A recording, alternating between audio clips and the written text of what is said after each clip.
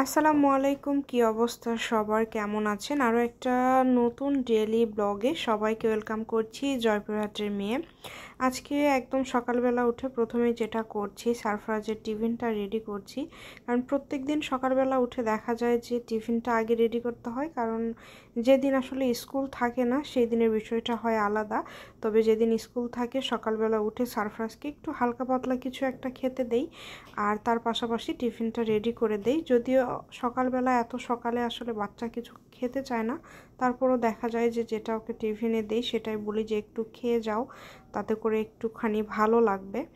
আর বেশ কয়েকদিন থেকে এত বেশি ঝামেলা যাচ্ছে যে বাসায় রান্না বান্না একদম করতেই পারছি না। আজকে সকালবেলা ওকে জাস্ট টিফিন দিয়ে আমিও কাজে বের হয়ে যাব, কারণ আজকেও রান্না করাটা সম্ভব না। রবিবারে মার্কেটে একটা দুর্ঘটনা ঘটার কারণে আসলে রবিবারে আমি গিয়ে ঘুরে আসছি, সেটা সোমবারে করতে হয়েছে। আর মঙ্গলবারে তো আমার আজকে এমনি থেকেও মার্কেটে কাজের জন্য যেতে হবে, এই কারণে লাগারে 3 দিন থেকে কোনো রান্না বান্না করতে পারছি না বাসায়।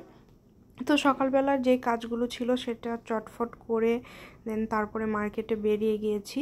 তো ভাবলাম যে দুপুরের খাবারটা যেটাই হোক, যে যেটা খাই খাবো, দেন আজকে রাতের বেলা এসে চটফট আগে রান্না তুলে দিব। রাত হয়নি, বাসায় আসতে আসতে আমার 5টা 6টার মতো বেজে গিয়েছে। তো এর মাঝে এসে আগে যেটা করলাম যে একটুখানি ডাল সিদ্ধ দিয়ে দিলাম, যে এদিকে ডাল সিদ্ধ হতে থাক, একটু আমিও একটু ফ্রেশ হয়ে রেস্ট করে নেই। তো তারপরে ভাবলাম যে আস্তে আস্তে রান্না বান্নাগুলো করে নিই। 3 দিন পরে আজকে রান্না করছি বাসায়। আসলে যে বাসায় যারা বাইরে কাজ করে তারা আসলে এই বিষয়টা অনেক ভালো বুঝবে, যে মাঝে মাঝে আসলে এমন পরিস্থিতি হয়ে যায় যে রান্না করার সময়টুকু ম্যানেজ করা যায় না। তো তেমন কিছু রান্না করব না। সারফরাজের বাবাও বলছিল যে আজকে বাসায় একটু কষ্ট হলেও রান্না করে নাও। আমরা তো রাতে একদমই খাই না, দুপুরের খাবারই একটু খাওয়া হয়, তবে দুপুরেও রান্না করা হয়নি। এই কারণে আসলে মনে হচ্ছিল যে কতদিন হচ্ছে বাসার খাবার খায় না। তো এই কারণে আসলে একটু পাতলা ডাল করে নিলাম। সারফরাজ অনেক বেশি পছন্দ করে, তার পাশাপাশি সারফরাজের বাবাও পছন্দ করে। আর তার সাথে এদিকে একটু আলু টমেটো ভর্তাও করে নেব, কারণ যেহেতু রাতের খাবার। আর মনে হচ্ছিল যে কতদিন হচ্ছে বাসার খাবার খায় না, মানে 3 দিন লাগারে এত বেশি সমস্যা হয়ে গিয়েছে। রবিবারে তো মার্কেটে দুর্ঘটনা ঘটেছে, এই কারণে আসলে ভিডিও করতে পারিনি, সেটা সোমবারে করতে হয়েছে। সোমবারে আবার অল্প কিছুক্ষণ কাজ করে দেন আবার নানিকে ডাক্তারের কাছে নিয়ে গিয়েছিলাম, সেখান থেকে এসে আবার মার্কেটে ভিডিওর কাজ করার পরে আর বাসায় আস্তে আস্তে সন্ধ্যা হয়ে গিয়েছে। আর আজকে যেহেতু মঙ্গলবারে আমার সাপ্তাহিক যে আমি বাইরের যে কাজে যাই সেটার ডেট, মঙ্গলবারে আমার যেতেই হবে। তো আজকে এই কারণে গিয়েছি, এই কারণে আজকেও রান্না করতে পারিনি। তো চটফট রান্না, এদিকে আলু সিদ্ধ তুলে দিলাম। ডাল করার পরে আলু সিদ্ধ দিয়ে ভাবলাম যে এটার সাথে একটু মাছ রান্না করি। তো ভাবলাম চিংড়ি মাছটাই করি, সারফরাজ অনেক বেশি পছন্দ করে। তো আগে থেকে যে ভিজে রাখবো এটা একদমই মনে ছিল না। তো এদিকে আলু সিদ্ধ দিয়ে ভাবলাম যে মাছটা একটু ভিজে রেখে দেন আমার আর একটু কাজ আছে রুমে, সেই কাজ করে তারপরে মাছটা রান্না তুলে দিব।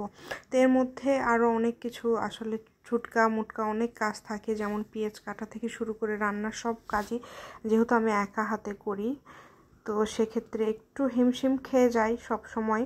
তো এইভাবে ভাবলাম যে এদিকে আলু সিদ্ধ হচ্ছে, এদিকে ভাতটাও তুলে দেই, কারণ ভাতটাও তো রান্না করে নিতে হবে।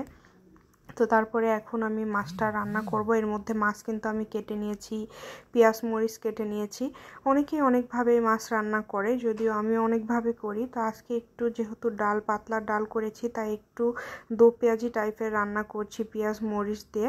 এই রান্নাটা কেন জানি না আমার খুবই ভালো লাগে, আর এভাবে সারফরাজের বাবাও খেতে খুবই পছন্দ করে। তো বিশেষ মানুষের জন্য কিন্তু একটু বিশেষভাবে রান্না করতে হয়, সে যেটা পছন্দ করে, সে তার যেটা ভালো লাগে সেইভাবে আসলে রান্নাটা করি। তো এটা খুবই সহজ একটা রেসিপি, এটার আলাদা করে কোনো রেসিপি নাই। জাস্ট পেঁয়াজটা একটু বেশি কুচি করে নিতে হবে, মানে একদম পাতলা ঝুরি ঝুরি করে নিতে হবে।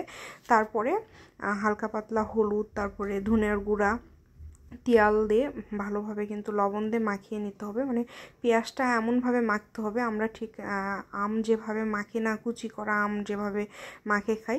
তো তারপরে এটার ভিতর দিয়ে পরিমাণ মতো পানি দিয়ে একদম জোরে জালটা দিতে হবে, চুলার আঁচটা জোরে দিয়ে 5 থেকে 7 মিনিট জোরে রান্না করার পরে তারপরে একদম মিডিয়াম তারপরে লো জালে এটা রান্না করতে হয়। এই রান্নাটা হতে একটু টাইম লাগে, অন্যান্য রান্না যেমন চটফট আমরা করে নিতে পারি, এটা আসলে একটু দেরি হয়। তো এর মধ্যে আলু সেদ্ধ হয়ে গিয়েছে, আমি আলুগুলো ভালোভাবে ছিলে তারপরে ম্যাশ করে নিলাম। আর এদিকে টমেটোর গায়ে থেকে টমেটোর কাপড়গুলো খুলে দিচ্ছি। তো এই তো আসলে অনেক বেশি টায়ার্ড লাগছিল, কারণ 3 দিন টানা আসলে কাজ করেছি, একটু কোনো রেস্ট পাইনি। তারপরে আজকে বাসায় এসে দেন আবার কাজ করছি। আগামীকালকে বুধবার, আগামীকালকেও আমার কাজ আছে, কারণ আগামীকালকে যেহেতু বৃহস্পতিবারের সব কিছু ছুটি, বৃহস্পতিবারের কাজটা আমাকে করে নিতে হবে আগামীকালকে। তো এই দিকে সারফরাজের আরও একটা পছন্দের কাজ করছি, সেটা রান্না করছি, সেটা হচ্ছে ঢেঁড়স ভাজি। সারফরাজ কিন্তু ঢেঁড়স খেতে অনেক বেশি পছন্দ করে। তো ভাবলাম যে বেশ কয়েকদিন হচ্ছে ফ্রিজে ঢেঁড়সটা আছে, ভাবলাম যে নষ্ট হয়ে যাবে, যেহেতু আগামীকালকেও সময় পাবো না, তো এই কারণে ভাবলাম যে ঢেঁড়সটা একটু ভেজে দেই। তো এই হচ্ছে আমার ব্যস্তময় জীবন, কখন কি করি আসলে কোনো কিছু শিডিউল মেনটেন করে করতে চাইলেও দেখা যায় করা হয় না। তো সব সময় এইভাবেই তাড়াহুড়ো করে সব কিছু করে নিতে হয়। আর সারফরাজের বাবাও নাই, যে সারফরাজের বাবা থাকলে দেখা যায় যে চটফট রান্না করে খাবার দিয়ে দিতাম, তারপরে হয়তো বা কিছুক্ষণ রেস্ট করতাম। সারফরাজের বাবা নাই, বাইরে গিয়েছে, ওর আসতে রাত হবে। তো এখন ও যতক্ষণ না আসছে ততক্ষণ ওর জন্যই অপেক্ষা করব। দেন আমরা চেষ্টা করি যে বাসায় যখনই খাওয়া দাওয়া করা হয় সবাই মিলে একসাথে খাওয়ার চেষ্টা করি, সারফরাজের পাপা, সারফরাজ এবং আমি, কারণ মনে হয় যে একসাথে খাওয়ার কিন্তু একটা মজাই আলাদা। তো এই রান্নাটা দেখে বুঝতে পারছেন কতটা মজা হয়েছে।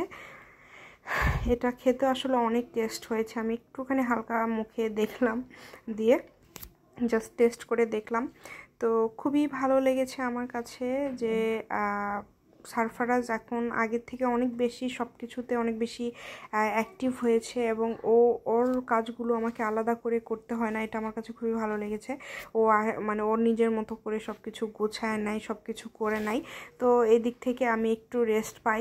তো যতটুকু না করলে না, যেটা করতে পারে না সেটা তো অবশ্যই করতে হবে। তাই তো আপনাদের সাথে কথা বলতে বলতে এটাও আমি বেড়ে নিলাম। এদিকে ভাজিটাও মোটামুটি হওয়ার মধ্যে। ঢেঁড়স ভাজি অনেকেই কিন্তু একটু কাঁচা কাঁচা ভাবটা রাখে, তো সারফরাজ কিন্তু একটু কড়া ভাজা যেটা সেটাই পছন্দ করে। তো আমি বুঝলাম না ঢেঁড়সগুলোর ভিতরে কি মানে একটু বয়স কি বেশি ছিল না কি আমি জানি না। তো এদিকে সব কিছু একদম টেবিলে দিয়ে রেডি করে রাখলাম। সারফরাজের পাপা যখন আসবে তখন ভর্তাটা তৈরি করব, ভর্তাটা বানাবো, কারণ এত আগে করলে যদি আবার গন্ধ হয়। তো এই ছিল আজকের একটা ডেলি ব্লগ। সবাই ভালো থাকবেন, আল্লাহ।